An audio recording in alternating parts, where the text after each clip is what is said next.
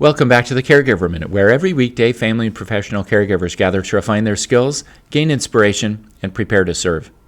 When I was about 10 years old, I had the opportunity to go with my school up to the local ski resort and experience skiing for the first time.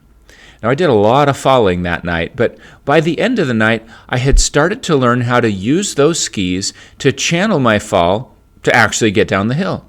In a lot of ways, skiing is just controlled falling down the mountain, and you're using tools to do that. Once you learn how to use those tools, it becomes fun. And after that night, I was hooked. It's still my favorite sport. Walking and running are a lot like that. They're basically just controlled falling. We're falling forward, but we're catching ourselves every time we're falling forward, and we just keep on going. Jujitsu, as a martial art, channels energy in the same way that when you fall forward and you catch yourself and you keep doing that, you're walking or running.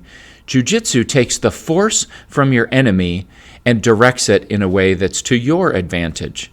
There are all sorts of ways that we can leverage a similar principle when we're caring for others. For example, many years ago, I was walking through the dining room of the memory care community where I was working, and there was a male resident who was visibly and audibly upset about his meal. Now, there was nothing that I could see that was wrong with his food, but he didn't like it for whatever reason.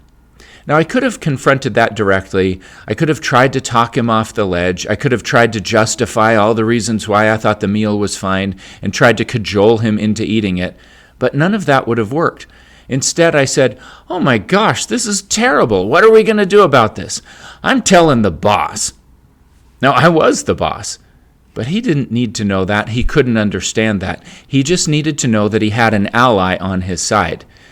So you might call that a little bit of verbal jujitsu. Now, what do you do if someone knows who you are and they don't have dementia, but they're still distressed and they're upset? How do you direct the force of that blow in a different way? Often when someone is angry and upset, they feel a loss of power, and their efforts are really geared toward trying to gain some power. So one of the things that we can do to help is to actually elevate the power level that they have as opposed to ours.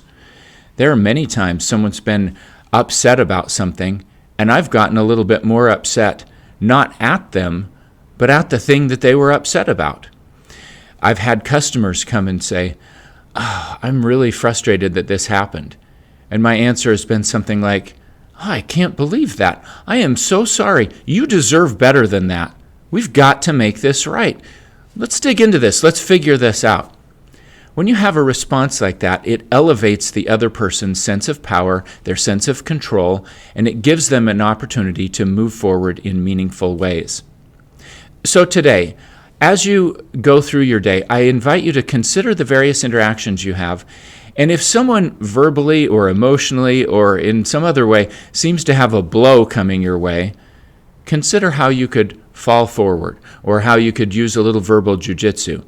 How could you direct the force of that blow in a way that serves everyone more effectively? I'm sure if you look for opportunities to do that, you'll start to recognize ways that you can leverage the principle that walking is just falling forward. Well, thanks for watching. I hope to see you again soon for another episode of the Caregiver Minute.